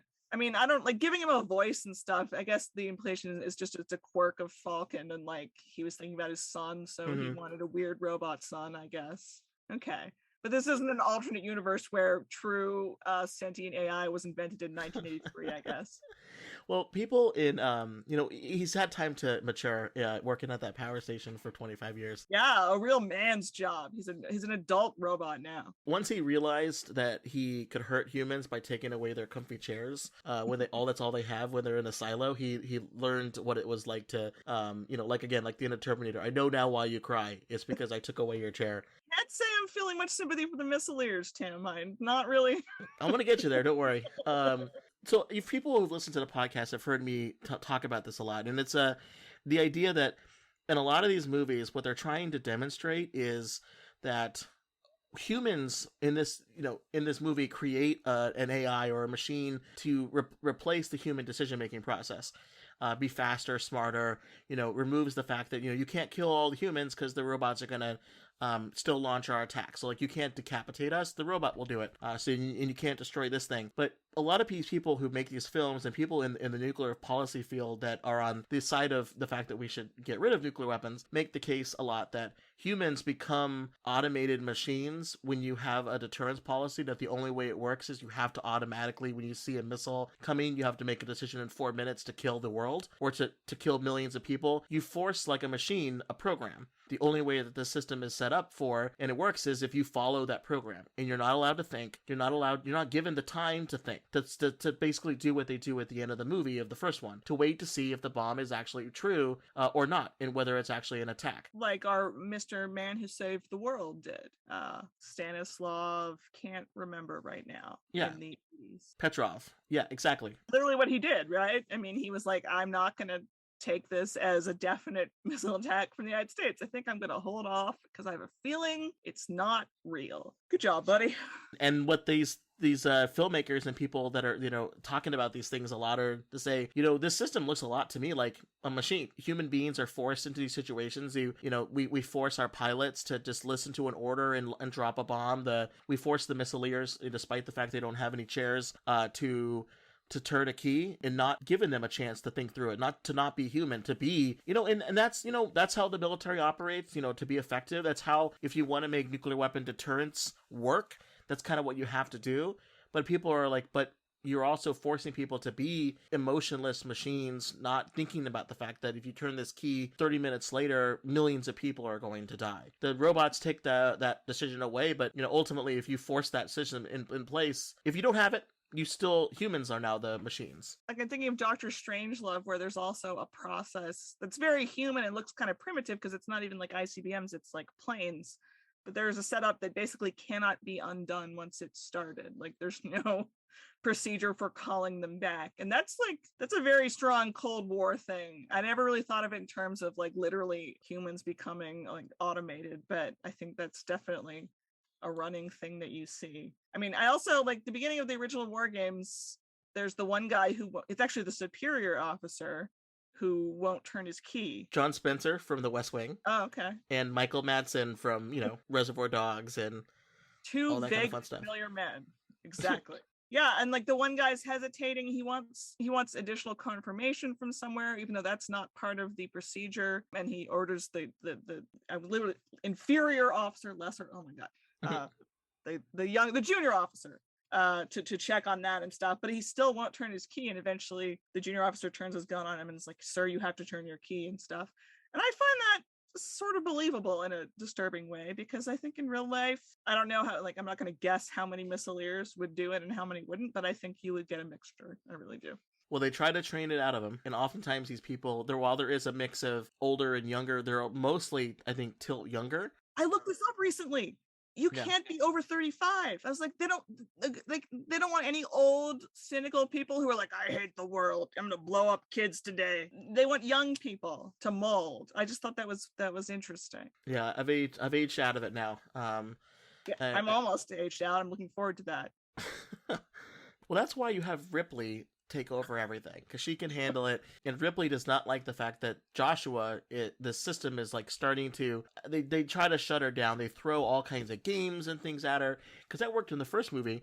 So can Ripley be defeated by throwing her, some Sudoku to do, and kind of make her systems quiet and get complicated and slow down, like if you have too many tabs open on Chrome? Essentially is what they're trying to do. Ripley doesn't like this. The movie throws on some metal music, and Ripley's like, oh, this is complicated in my life. I'm going to send a Predator drone at you. She sends a Predator drone to where Joshua is located to, quote, obliterate them and end the game. Annie and Will and the Russian gentleman leave, but Falcon returns and says, goodbye, Joshua, and like clicks a button and then just is killed. So we lose one of our heroes from the original movie. Is he, though? Although we don't know. Maybe he faked his death a third time. I no longer believe that man will ever die.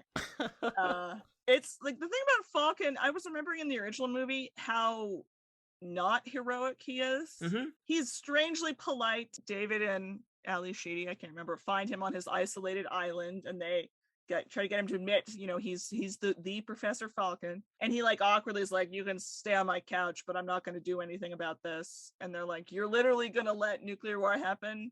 And he's like, what's the point? He's very like... He even says at one point he's within range of like ground zero of a Russian like target, and that's where he wants to live. He wants it to be over as soon as the war starts. I mean, that's just the most extreme example of that kind of attitude that they tell me people were having back in the 80s, and obviously before that I don't remember because I was either a baby or not alive. But it's not a very heroic portrayal. It's like he's dragging his feet to prevent or put off at least a nuclear war. It's and they almost try to change that in this movie, where he's a mysterious old man who holds the secrets that they can tell them, and then he just awkwardly blows up. It's such a mess. He's essentially like a little bit a little like Sam Jackson in the Avengers movies. He's a guy who's faked his death a couple times. He lives in the shadows. He's tracing people and following them, from afar. He has solutions. He gets the team together. He assembles, the core people that you need, which is a Russian former space program director. You have to get a wise hacker who's a really nice guy, but has a dark side. You get a brilliant chess player who used to be at one point a hacker, and now it's just more overwhelmed by emotions. You get those people together. You bring in the robot. I think this basically is Avengers. Sounds so much better when you even frame it that way. But still, again, he dies at the end. Although we don't know. He won't leave his robot son, which I can respect. But also, I just love that the man has pancreatic cancer, has faked his death twice, and presumably blows up. I mean, he's getting very redundant in these. I think they need to make a third one just so he can be alive still, because that would be funny at least. It would be very funny if he just continued, 300 years later, he's still here. I like it. In 1 hour, Annie, Will, and the Russians who are arrested by these agents are brought to DC. I thought they were in Canada, but whatever. Maybe they're on one of those drones. And they get to town. Will and Annie come up with a plan with their friend Dennis and many other hackers around the world and many other video game people. They come up with this plan to say $100 million for the next winner of Ripley. Everybody comes to play the game. They throw a denial of service attack. They try to do everything they can to slow Ripley down. And Ripley's like, oh, I don't like this. So Ripley sends the nuke, instead of going to Philly, she sends it to DC because she realizes that she's under attack. And that's where the threat's coming from. So she's going to blow herself up. Some reason, it's not clear. They try to shoot the glass that's around the computer server. Someone says, don't do that. She'll think she's under attack and she'll start firing missiles. And I really wrote down in my notes, like, at who? Who will she fire missiles at if someone's breaking the glass? Like, she's going to be like, I'm just going to assume it's the Russians or the Chinese or it's France, it's Botswana. Like, she's going to start firing. Like, what does that mean? Sorry, it just doesn't make any sense what they're doing. Ultimately, Will logs into the Ripley mainframe. Turns out that Falcon, before he died, emailed over to the Ripley mainframe a copy of Joshua. So Joshua lives, and they use the password prompt Max, which is the name of the toy, like the Joshua's toy or something. I don't know.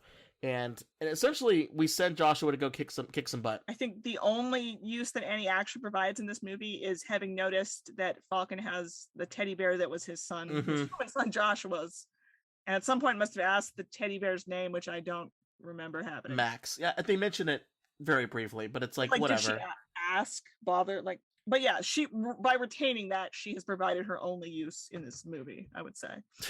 Yeah, good point. Max also is a terrible password. It's 3 letters. It's a common word. It's pretty crazy. Note to self: change password to email. So we're getting bogged down here, but the big thing is that turns out that Ripley is almost defeated, but she knows what's happening. She like partitions Joshua away from her system. She tries to like shut herself down so that, because she knows she's being attacked. So she sends the nuke, as I said, to DC, and they say it's going to destroy, this tactical nuclear weapon is going to destroy 100% of the people living there. That's a very powerful, low yield tactical nuclear weapon. A 50 megaton nuclear bomb over DC would do some damage, but it wouldn't kill everybody. So I think Ripley's just broken. And here's the part that I got the most annoyed at in the entire movie. Someone says, this will trigger a response in World War III with nuclear missiles because the radar will trace the drone from Afghanistan and somehow nuclear weapons will be fired back at Afghanistan. Realize that if Ripley's destroyed, it automatically triggers a response. Nuclear? Depending on the incoming vector, the radar will trace that baby right back to Afghanistan. Because the original movie has this as a plot, they just throw this out there. Who's making this decision? The president? Does the president not know what's going on? It's a U.S. drone from Afghanistan. How do they think that it's going to be? Do they think the Taliban had a secret nuclear weapons program with tactical nukes on a drone? Is this a Russian plot? It doesn't make it. Why would this start World War III? But now the stakes are raised. It doesn't. The movie just says, remember in WarGames when this was a thing? Please, just remember that here. It's odd. They're taking the trope that I think, still has some teeth to it because it's kind of true about like the 10-minute war where if one nuke is dropped, then everybody's just going to, and then we're all dead. But they haven't thought it through in the slightest about the procedure, like you said, with it's a U.S. drone. 100%. But I think they're just throwing that at the wall as well without, they're as thoughtful as they are in the rest of the movie. And it continues. Andy comes up with the idea to teach Ripley and Joshua to play a game of Russian roulette with live nuclear weapons. And the idea here is, she says, and this is where I completely have been lost with the movie, but she says there's this kind of thing in chess where you can do a suicide move, where you can prevent the other side from winning but you would lose. So you would both lose. You can do this move so no one wins. And right. Ripley's playing that right now. So we have to teach her that you can lose in a game. So let's play Russian roulette. And I don't know what that means, because it's not like they show a computer screen of 2 people spinning a revolver and shooting each other. They still play nuclear war. They still play the game that we saw in the original movie of global thermonuclear war, but it's simulated around something about Russian roulette. And they say, well, she won't do that because she's not allowed to self-destruct, which again, that's the whole purpose of what she's doing, is to self-destruct. So the movie loses its track here. And also the final thing I want to say is there is a very clear winner and loser in Russian roulette. It's the other person that wins when you shoot yourself in the head.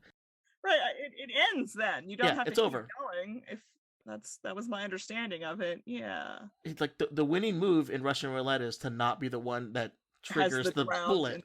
Yeah. I don't understand it at all. But because if they reuse tic-tac-toe, that would be derivative on like everything else in this scene and everywhere. Well, they tried and it didn't work because Ripley's so advanced. She can't fall for the tic-tac-toe trick. Of course. And viewers are more advanced now, which is why this movie's so much more sophisticated. Oh my gosh. And I'm sorry if this movie to people listening to this sounds like nonsense, but it's just a very odd plot. And I would say if you're going to watch anything from this movie, it would just be to watch the scenes at the end, the last like 15 minutes, because it's just bonkers. Will gives Joshua the nuclear launch codes. I'm not sure how he gets them, but he enters a code in. It's the same code from the first movie. So they haven't changed the nuclear code, which is kind of funny. There are rumors that when they would set up these permissive action links on U.S. missiles on either bombers or silos, that the Air Force didn't want there to be a code, but the U.S. Civilian leadership in the Kennedy administration said, no, you have to have them so that you can't accidentally use them. So they're like, sure, we'll have a code. It's 00000. And there's disputes about whether or not that was true, but a nice missileer, a guy named Bruce Blair, ultimately came, out of his career as a missileer and decided this is really dangerous stuff. Forget my chair. It wasn't that comfortable. Let's try to get nuclear weapons away from this world. Reported on this, and it's very fascinating. Anyways, it allows Joshua to actually access what they call 36,000 missiles, 6,000 that are ready to launch, and 1/6 of which have nuclear weapons. It's all nonsense. And they say, how do you know that, Will? And Annie says, oh, video games.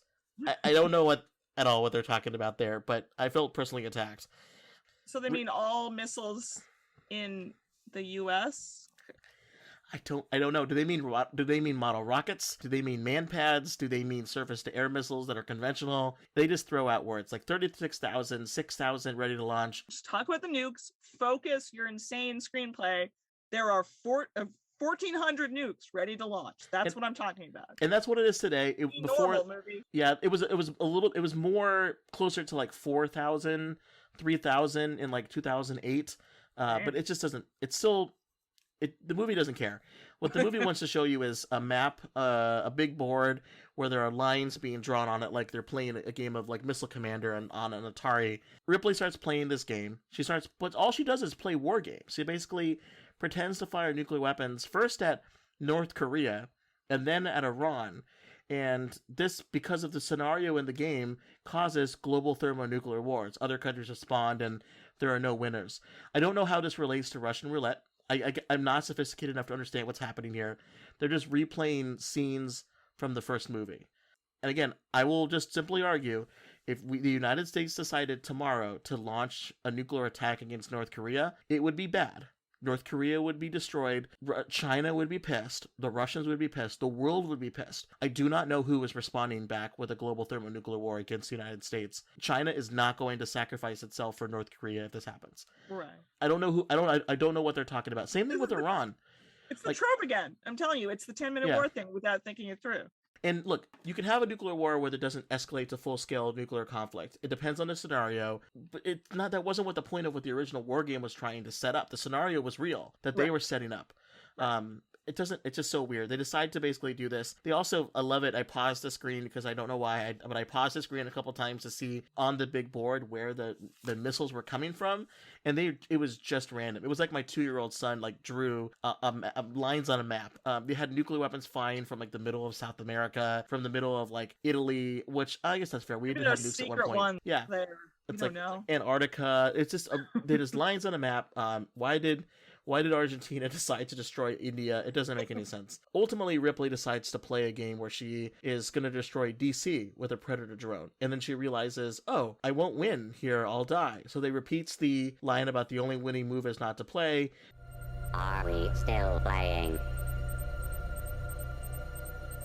A strange game. The only winning move is not to play. Right at the last second, she shuts down the drone attack instead of it being. We see a live feed of the nuclear missile on the drone, and it closes shop. We all shake hands, hug it out. Movie ends. Will thanks Joshua, who knows his name, So it's like they talk about, thank you, Will, all this kind of stuff. And the movie ends with a joke that I want you to tell me if it's funny or not. But Will says, "Hey, if Joshua." Would you have launched if Ripley hadn't stopped you? Yes, the human race is finished. That was humor. Ah, ah, ah, ah. That was kind of funny in a dumb way, but I was too distracted by being irritated by the throbbing headache that this movie's plot had given me. And at this point, I think he has Joshua reached sentience, reached consciousness. If he's making jokes like that quality. Or programmer jokes, like everyone loves a good program the robot to talk about taking over. With the pause, I did for a second be like, oh man, are they going to cut to black just as he says the human race has to be destroyed? I was like, well, damn, all right, movie. That would still be ridiculous, but maybe that would have been better because that would have been something besides ripping off a much better movie. A nuclear war does take place. The entire universe of humans is destroyed, except 1,000 years later, we see that power plant out in the middle of nowhere, and a single hand reaches from the ground, and it's holding a small teddy bear with the tag Max. So much better. Falcon lives. We don't find out what happens to Ripley. We don't see if Ripley gets just taken out. If the chairs come back to the silos. If hammers out, just start. Yeah, we don't see that. We don't know if Joshua still has control of the nukes. We don't learn, what happens to the fact that Ripley tried to kill one of her own staff. We don't know if they're going to shut down Ripley, if it changes U.S. drone policy, terror against terrorist, intelligence programs, nuclear weapons policy, defense grids, whatever. I mean, who knows? The sequel has to be like Falcon's son or daughter, the new ones that he had. It doesn't make any sense. Maybe they're going to be the ones to set up Ripley too. This movie's crazy. I do have to just ask about one final question with this movie. There's a line of dialogue that they return to in the movie, and it's Annie and Will talking up, and Annie asks, "Are you a pessimist or an optimist? Is the glass of our situation half full or half empty?" And he doesn't respond. And then she asks him again later, "You never told me about the glass. Is it half empty or half full?" And he responds, You never told me. What? About the glass. Is it half empty or half full? Neither. It's just the wrong size. Neither. It's just the wrong size. What does that mean? You're a writer. Tell me, what is this? What does this mean? The headache, just the throbbing about the temples came back. But I've decided now it means that Will is so brilliant. What he's being presented with, he can see beyond that, the false dichotomy of half empty or half full. No, it's something else entirely. Three-dimensional chess, three-dimensional Russian roulette. I think maybe there was that Will's just what a problem solver he is. Or I have no idea. One or the other. I eventually came down to thinking what it means is, if, whether it's half empty or half full, if you just lower your expectation of what you think the glass should be filled to, then it becomes full. So what I think the movie is trying to tell us is to lower our expectations of the quality of this film, and we'll eventually like it. Basically, they want us to do shrinkflation on our expectation. All right, I'll take that. I don't understand it, but, that's the movie. There's some new things to talk about, not as much as WarGames, so we don't have to belabor this, but I do have some interesting thoughts, and I would love to get your perspectives. Overall, before we dive into this stuff, what do you ultimately take away from this movie? Why did you think they made WarGames 2 of all of the films they could have chosen to make a sequel to? The generous thing is that with all those half-assed war on terror details and the techno-paranoia, the drones are up there, all of that nonsense, the technology, it suggests an update is sort of easy to imagine. They were just so artistically minded that they knew it could be done. But also because they had the rights to the movie and they needed money. I don't know. Yeah. There is maybe something interesting happening here about the fact that they're clearly wrong about Will and the things that they're doing, with drones in the original part of the movie. Yeah, they got a terrorist, but they also killed a lot of people that were just innocents. The movie might be playing on this, who is the real terrorist kind of line, but it doesn't really want to talk about that all that much. No, it does not. They also, again, just kind of dip their toes in things, and that includes the original plot to WarGames. I really don't understand the end game for this movie. The brilliance of the original WOPR battle, we talked about this, is to teach the system, this robot, this artificial intelligence, the futility of playing global thermonuclear war. The idea that if you can win such a scenario on a global scale, like, which is something we also talk about in terms of war fighting planning today. Can you actually win one of those things? People clearly argue that they can, or it doesn't matter. We have to defend ourselves because someone else will think that they can, and the only way that they'll think that they can is if we let down our defenses. Ripley just seems to wanting to self-destruct. Like, she seems like a nuclear attack on herself would succeed in her mission, and I don't understand why she would ultimately find out that she would lose. They just dip their toe in there. They don't really get any far. Like, the condition of Russian roulette is, like, if you do a cell phone, you win. Like, that's what you're trying. Like, what she was trying to do was to throw a game of Russian roulette, was to stand there and pull the trigger 6 times. I think, like, she exists only in that one area we see, I guess. But, like, so it would destroy her. But, like... Yeah. Oh, that's a great point, Lucy. If the Russians were to find out where Ripley was and destroy Ripley, it would cripple the U.S. defense system. It's like the ICBM thing, but worse, right? Yeah. But, like... her bandwidth is being used up when there are a bunch of people playing the game. Yeah, it's like, so... She's thinking about online players and also controlling all of the nukes and all that at the same time. There's no divide between those two things whatsoever. It genuinely is making my head hurt. It doesn't make any sense. I will say this, though. I don't know if I talked about this when we did our original WarGames episode. I still think, as much as I love WarGames, the ending is also a little bit silly. The idea, like, the AI that's programmed to fight a nuclear war the best way has not yet run through a scenario of global thermonuclear war and realized, like, wait, what are your win conditions here? Like, is it to survive in a way that humans there'd be, not a lot of death and not radiation and all of this stuff? Like, you can't do that under the scenarios playing in. So is this the first? This is kind of like someone who forgot to study for the test and is just kind of winging it, not ever run through this system before. I mean, with the original thing, was Falcon just enough of a pacifist that there isn't, like, I mean, it's a little parable. It's a PG movie, Yeah, if you win, the U.S. destroys Moscow, and then somehow that's the end of it. Did you win? Well, sort of, but I mean, you did something very bad that killed millions of people. And by Joshua's definition, that is also not winning. So, well, only after they teach it about tic-tac-toe. Right. Don't think too hard, but it just works. It's so much cleaner, even if it's still like this little tale of futility and like. Yeah, the only thing I could think of is that the people who programmed, the humans who programmed this, created a win condition that they would be comfortable with. And it reminds me of the quote from, General Turgidson from Dr. Strangelove, where he says, yeah, no, we would ultimately, if we did this nuclear war, or if we fired first against the Russians, we would get our hair mussed, but, they would be like, I'm not saying we wouldn't get our hair mussed, but I do say no more than 10 to 20 million killed, tops, depending on the break. If that's the scenario, then sure, I guess you can kind of maybe argue that that's the winning. But I don't know what from original WarGames scenario would change if that was the win condition. They don't change the win condition. They just play the game a couple times.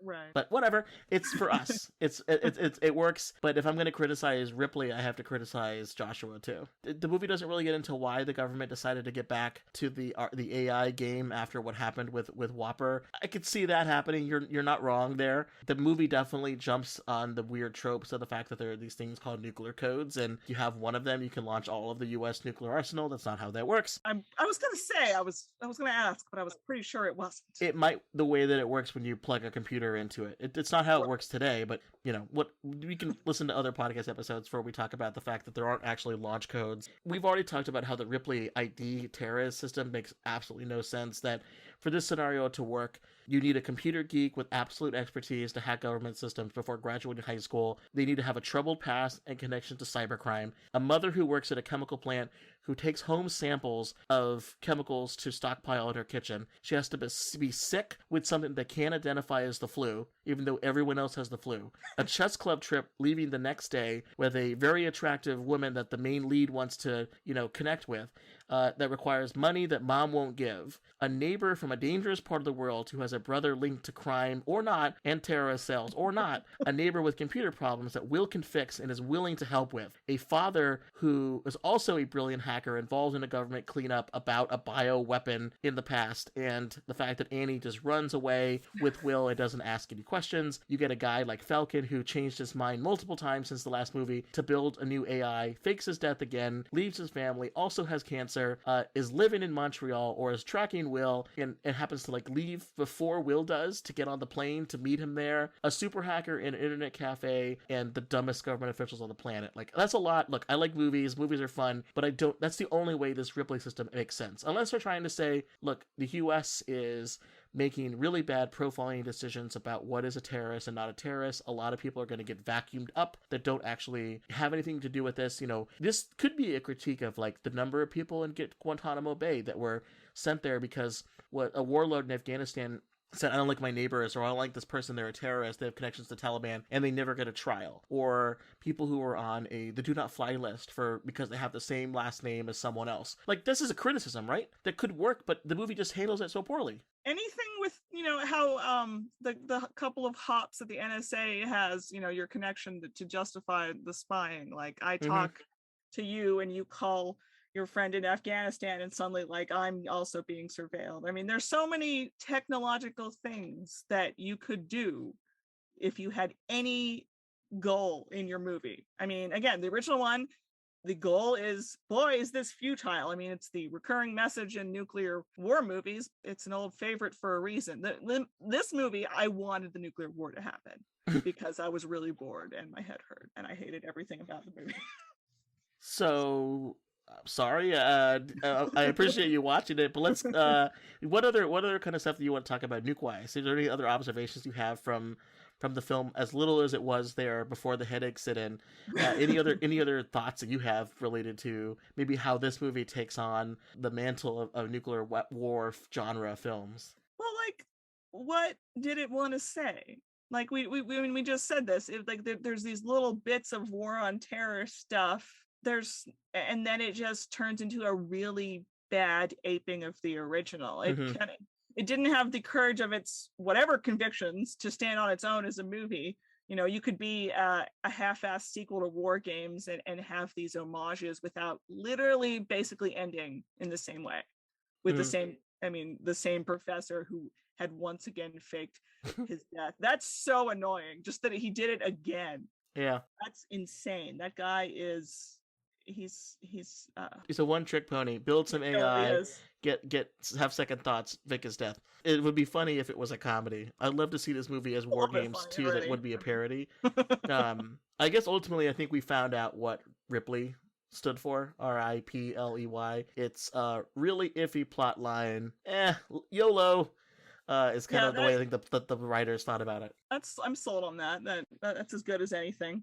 So a few things to talk about that's left here. Non-nuke things. Let's do our parking lot movie discussion. I recently got to go to a movie theater to watch the Doctor Strange movie, and I literally was like in a parking lot. I'm like, oh yeah, I used to do this. And talk with friends about when movies were over and not over Zoom. It was a lot of fun. I want to ask you, do you think that there are other nuclear movies that could use, maybe not a direct-to-DVD budget, but that could use an update?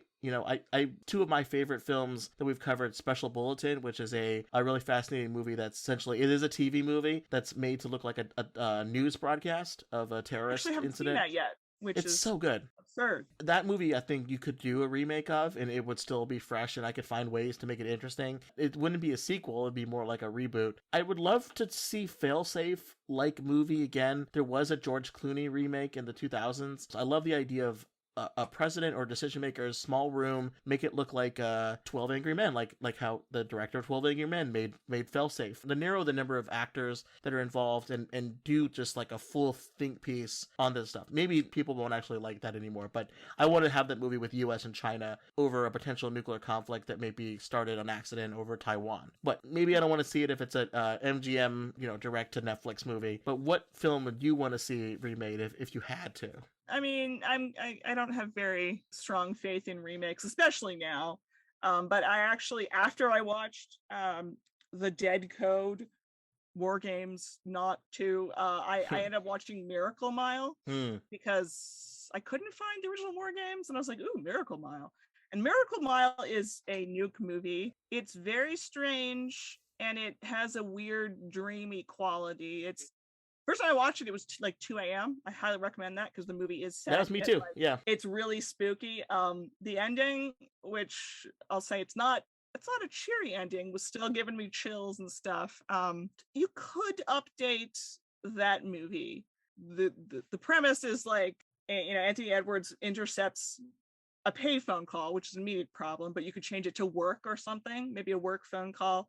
And it's a missileer trying to warn his father that the nukes are coming. Anthony Edwards has been at this all-night diner because he was late for a date with Mare Winningham, who he now is smitten with.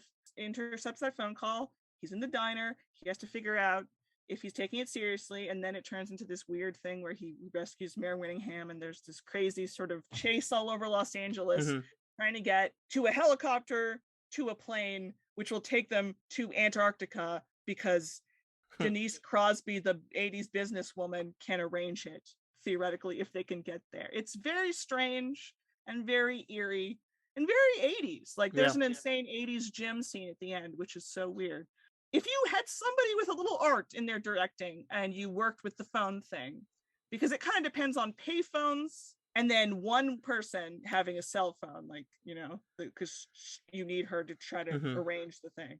If you tried, you could do a decent thing. Still, have the neon lights, like late at night spookiness still. Make it about nukes still. I mean, if you really just want to do a remake, it could be done. I don't recommend it. I think it might be a disaster, but maybe. I think this movie could be, I think you can make this work. You throw in three things. You throw in disinformation, deepfake type things where people are like, and this was a plot, I think, of a book by Jeffrey Lewis, who wrote this fake history of looking back on the Great War between the U.S. and North Korea, and it's like a congressional report. I had that somewhere in my house. So that got initially some stuff on. It was a mix of Twitter and disinformation and hacking and other stuff. You throw that in there as like, hey, it's a prank, bro. It's not actually a nuclear war, but you don't know whether it's real or not, because you throw in some conflict scenes at the beginning of the movie that make it look like there was escalation between U.S. and something, and then you also throw in the story of the fake missile scare from Hawaii. The one that from a couple of years ago, where people did think there was a nuclear war and had to make decisions about what was happening, or at least a nuclear attack. You throw those three kind of ideas together, and then some maybe Tangerine Dream can come back and do the score. I'd love to see that movie again. I love that film. I own it now on Blu-ray because I love watching it again, and it's something I love to return to. I'd be supportive of that. I watched it and it had commercial breaks, which made it a little less eerie, but that ending still does the job. Oh, fun. I also think this movie is a love letter to Montreal, a love letter to Canada, because so much of the movie takes place in Montreal for no real reason other than they probably could film there and they didn't want to have to pretend it was like Boston or Philly or something. So I was just thinking, do you have any favorite movies that take place in Montreal or Canada? I have never been to Montreal, and I bet I've seen a lot of movies that are set in Canada that are pretending not to be. Yep. It did remind me of, I've been watching a lot of the Stargate TV show, and you wouldn't believe how many planets across galaxies are actually just British Columbia. So Canada is very useful. How the universe pulls Stargate back into your life with this film as well. It's just the vibe lately. I got sold on that show finally after falling asleep a lot watching that movie, which ends in a nuke, does it not? I believe it does. I don't know. Spoiler alert. I mean, also how the weird universe is. A few hours before I started to watch this movie, I put up a Good Will Hunting poster in our movie room. So, and then they made a Good Will Hunting joke, and it was very weird. I'll recommend a movie here that's called Away We Go, which is a movie that stars John Krasinski and Maya Rudolph. It's directed by Sam Mendes, who does like some of the recent Bond films and a bunch of other cool stuff. It's not an amazing movie. It came out in like 2009, so kind of around the same time as this movie. But it's about a couple that are deciding on kind of where they're going to start a family, because Maya Rudolph is pregnant and they don't like where they live, so they kind of do this like road trip around different places and ultimately settle on Montreal. And the movie convinces me, someone who's never been to Montreal, that I think I might want to move to Montreal. They have to not go to Montreal because of some other reason, but I almost moved there, so I probably should go visit at some point to actually see if I want to. But the movie does a good job of that. And I know this is unrelated to nuke stuff, but it reminded me of why is Montreal in this movie? This looks pretty nice. That movie about Away We Go. Maybe I will move there. This podcast sponsored by the Montreal Tourism Board. I love it.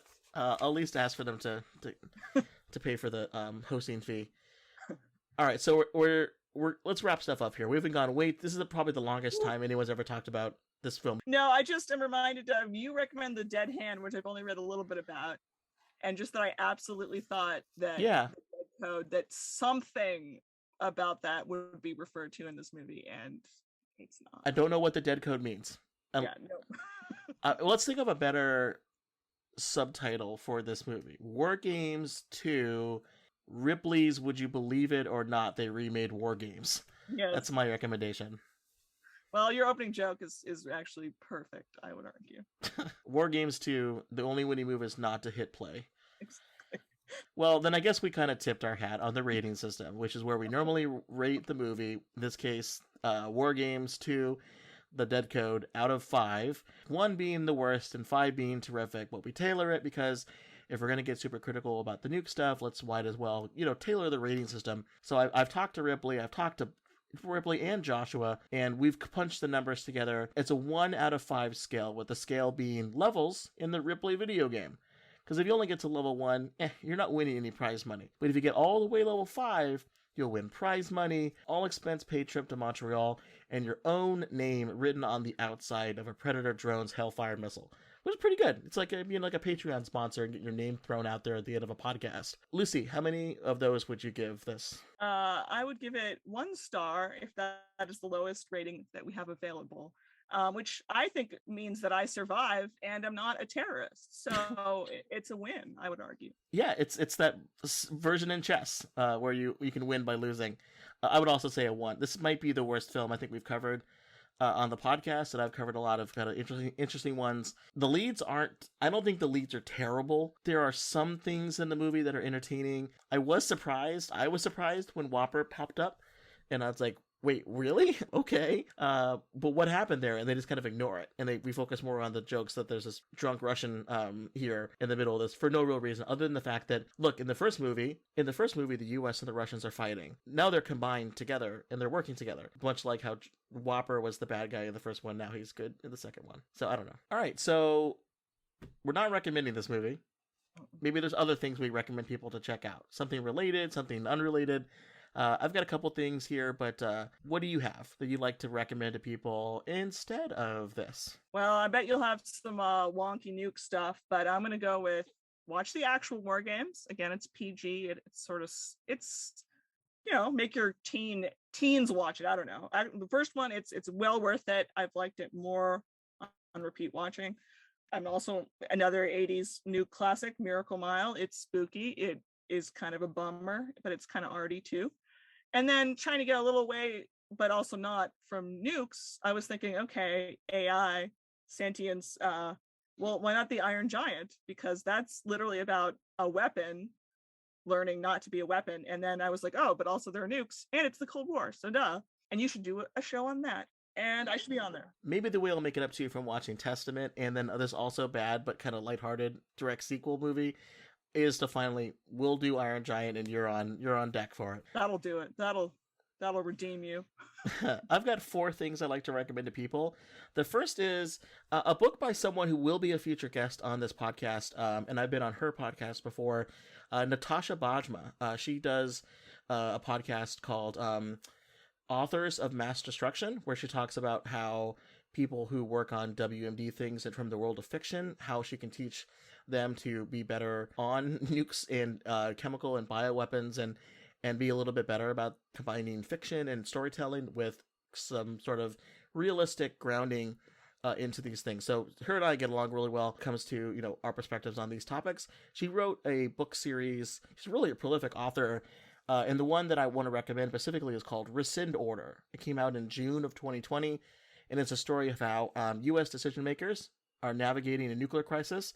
And they introduce autonomous weapon systems, social media, communication problems, deepfakes, kind of what we were talking about, how you could make Miracle Mile work. She has this series where it's a female-led government official, and I really enjoyed the book, and it's a good one, I think is a better one to watch and to spend your time on instead of WarGames 2. The Dead Hand, it's a book by David Hoffman. I recommended it a lot, but it's essentially about how during the Cold War, the U.S. and Russia had various systems that we only found out about a little bit later, and including in Russia, a system called Perimeter or Dead Hand, which is close to what the Doomsday Machine was like in Doctor Strangelove. It's not perfect exactly, but it is similar, and that's where I thought, again, like you, that's where this movie was going to go, but it's not. Not even close. Not even close.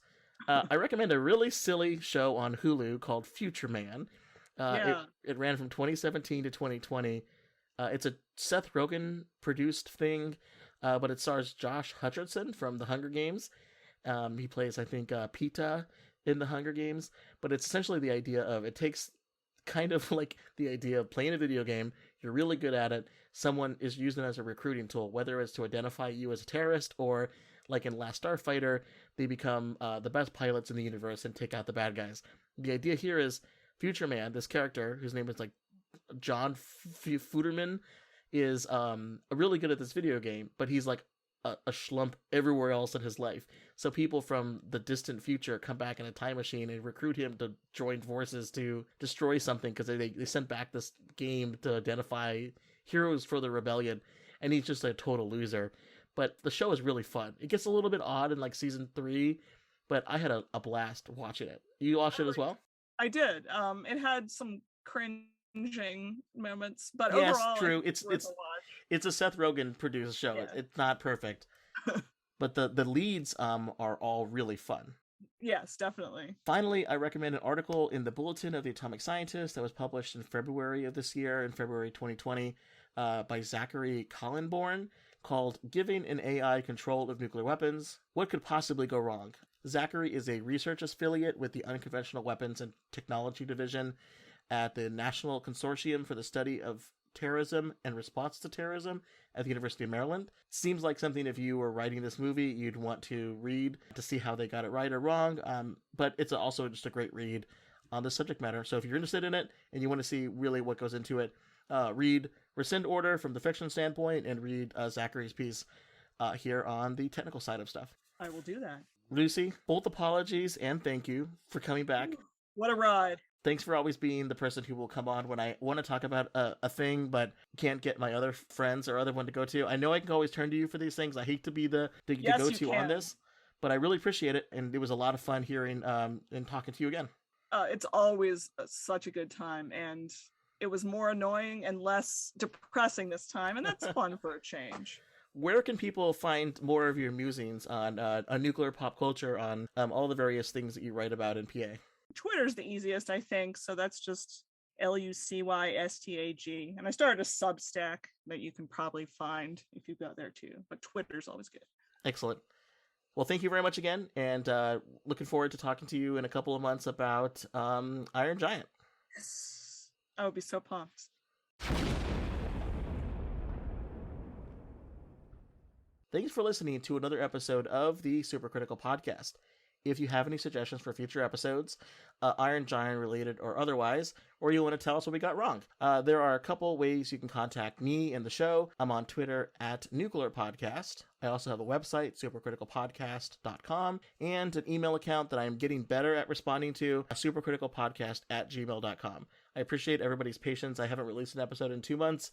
A combination of getting COVID, traveling, work being really busy, and just kind of being hard these days to schedule sessions. But we got a couple things lined up. We're going to do an episode on The Fourth Protocol, which is a spy movie that's starring Pierce Brosnan as a bad guy, which is kind of fun. We're going to do an episode on The Dead Zone, which is one of my favorite scenes ever in a nuclear movie, where Martin Sheen, Jed Bartlett himself, starts a nuclear war with this ridiculous hand scanning machine flash nuclear football. We're also going to talk about, we have all kinds of films we're going to talk about in addition to The Iron Giant, so please continue to listen, and we always appreciate people when they email in, and we will find more time to be able to put these episodes out there. But until next time, this has been Tim Westmyer. And Lucy Steigerwald. And remember, if it's pop culture and radioactive, we are bound to get super critical about it. Have a good one.